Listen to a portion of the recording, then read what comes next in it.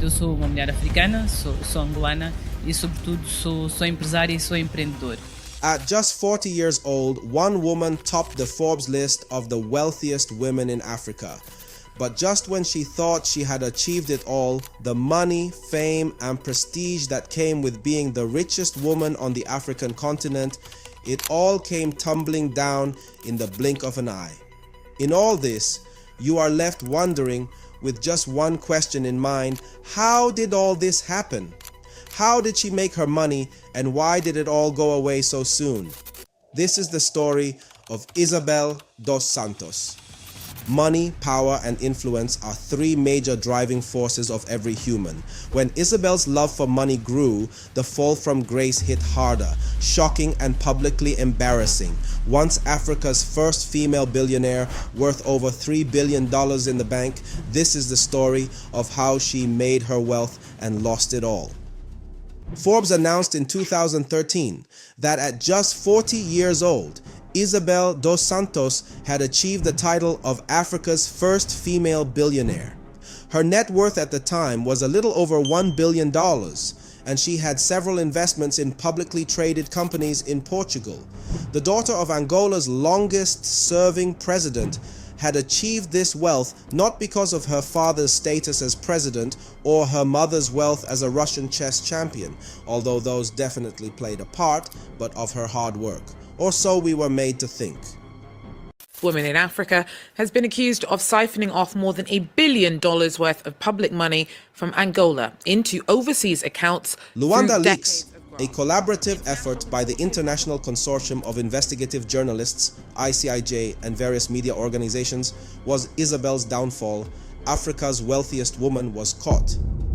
Her wealth was not obtained by grit, hard work, and resilience, but by having her fingers in many cups that she received, kind courtesy of her family's power and connection. She entered the international business space by investing in high-profile companies, especially in Portugal. These included Trans-Africa Investment Services, a diamond business that she started with her mother, a retail business in Luanda named Condis, and several others. She became a key investor in many companies. How did this woman acquire so much influence and power at just 40 years old? For reference, Dangote was 50 years old when he made his first $1 billion. Isabel Dos Santos is the eldest child of Angola's former president José Eduardo dos Santos and Tatiana Kukanova, who later changed her name to Tatiana Sergeyeva Reagan. Her mother was a Russian chess champion who studied geology, and although she was the first lady of Angola, she was barely seen in the public domain and was rarely captured on camera. It is in fact sketchy, following the family's scandal, that her image cannot be found in media spaces. Eduardo dos Santos' rise to fame before his ascension to the presidency began when he joined the MPLA while in school. The MPLA was an anti-colonial movement that led the country following the Angolan War of Independence in 1975, Brazzaville. He collaborated with MPLA and subsequently became an official member. He moved to Azerbaijan within the Soviet Union, where he received degrees in petroleum engineering and radar communications from the Azerbaijan Oil and Chemistry Institute in Baku, where he met his first wife.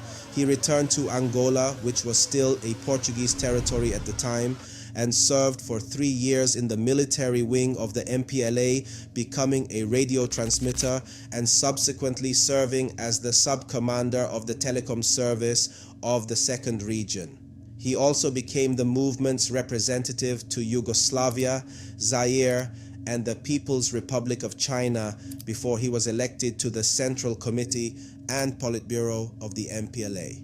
Following Angola's independence, the MPLA movement held power in Luanda, but the new government faced a civil war with the other political formations. Dos Santos was appointed as Angola's first Minister of Foreign Affairs and played a major role in the diplomatic recognition of the movement. This is where it gets interesting. Despite the vast array of wealth the country possessed, most Angolans remained in abject poverty. Despite the country's resources, it was beyond pathetic to see that Angolans continued to suffer harsh economic conditions. Statistics indicate that some people lived on less than $1 each day and were barely able to provide for their basic means, with 40% of Angolans living in abject poverty in 2017, while 30% couldn't read and write, leading to low pay and lack of access to proper housing, not being able to afford the cheapest housing projects Dos Santos put up at $125,000. He led one of the most corrupt regimes in Africa, focusing on amassing wealth for his family by taking direct control of stakes in high-profile companies where he reaped immense benefits.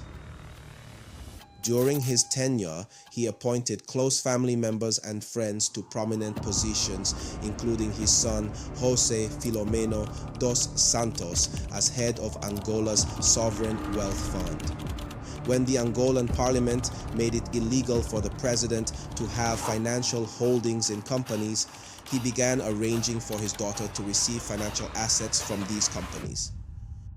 The Trans-Africa Investment Services Company, owned by Isabel Dos Santos, this company was part of a broader network of businesses through which she engaged in various financial dealings that were later scrutinized for their ties to corruption and the misappropriation of public funds in Angola. Now, this company obtained a 24.5% stake in a diamond marketing partnership that sells diamonds from the country to the global market. Her wealth began to grow. There was a new mobile phone company starting in 2000, and lo and behold, Isabel Dos Santos has 25% stake in this new mobile phone network, right? In 2000, a 25% stake in Unitel, a Netherlands-based communications technology company, was secured by her father for her. Unitel was the first mobile telephone company in Angola. In 2010, she bought a 20% stake in Banco Português de Investimento through Santoro Holding in Portugal. It doesn't end there. As a matter of fact, her investments only get more intense. She proceeds to buy more stakes in the Angolan state oil company Sonangol through their mutual European law holding named Esperanza Holding in Portuguese. The subsequent years saw Angola's princess etch her name and influence in more influential companies like Portugal Telecom SGPS and several other acquisitions in Zon Multimedia, a telecommunications and media company. In Angola, there was more access. That was where power was concentrated. With 51% control of Condis, she entered into a major partnership with Portuguese group Sonai for the development and operation of a retail trading company in Angola. By 2015, Isabel owned a share in TV operator Zap, which had acquired rights to distribute Forbes in a number of Portuguese-speaking countries, specifically Portugal, Angola, and Mozambique. Isabel Dos Santos practically shook hands with her country's colonizers, ate from the same pot with them, and joined forces to unleash more harm on the innocent people in Angola while enjoying what power and influence had brought to her on a silver platter. But indeed, a bang like that could only end in a whimper. There came Luanda leaks, and what a groundbreaking moment it was indeed for the Dos Santos aided family. By her sort of a cadre of Western advisors, funneled hundreds of millions of dollars into offshore shell companies, and from there into all kinds of assets, including luxury homes. In 2020, the investigation known as Luanda Leaks, conducted by the International Consortium of Investigative Journalists based in New York and 36 media partners, exposed the once unassailable Isabel Dos Santos, who prior to the investigations and subsequent findings had paraded herself as a self-made businesswoman, based on over 715,000 confidential financial and business records, as well as hundreds of interviews. It was discovered that Africa's wealthiest woman had left one of Africa's richest countries dirt poor.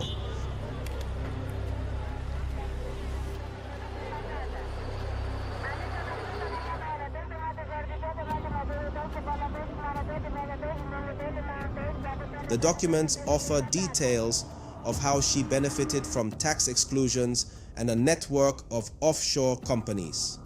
we're focused on here is to uncover what we believe is the systematic siphoning of money from Angola, one of the poorest countries in the world, to the West. The documents also offer insight into luxury real estate, including homes in Monaco and Dubai. This project is not just about Angola, it's not just about Africa. It's about how there exists an entire global network, often managed and run from Lisbon, London, New York, and Geneva, and that people who work there are actually just as responsible, even more so sometimes, in facilitating and helping these kleptocratic regimes to exist. The revelations provided by the advocacy group PPLAAF confirmed the suspicions of the Angolan people. Their money had been stolen by a family that should have had their interests at heart. The documents also uncovered business empires built by her husband and their intermediaries. This summed up to over 400 companies and subsidiaries spread across 41 countries. The investigations centered on the last decade, when Isabel Dos Santos and her companies secured lucrative bids, loans, and licenses from the Angolan government.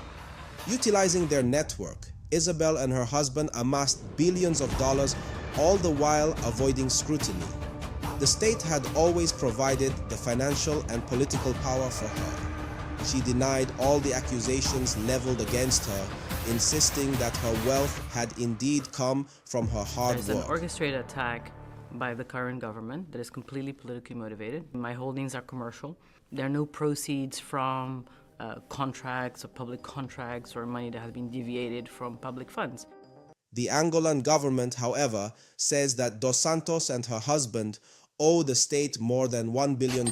They found out that about 30 companies were linked to the family and their associates. She has faced corruption allegations and accusations and continues to fight in court, even as the current Angolan president has sworn that corruption will not take seed in his administration. Do you think that Isabel Dos Santos and her family will fully pay for their over-exploitation of Angola's resources? And will the country indeed crack down on corruption? Tell us in the comment section and ensure to subscribe as we bring you more exciting content like this on TSN.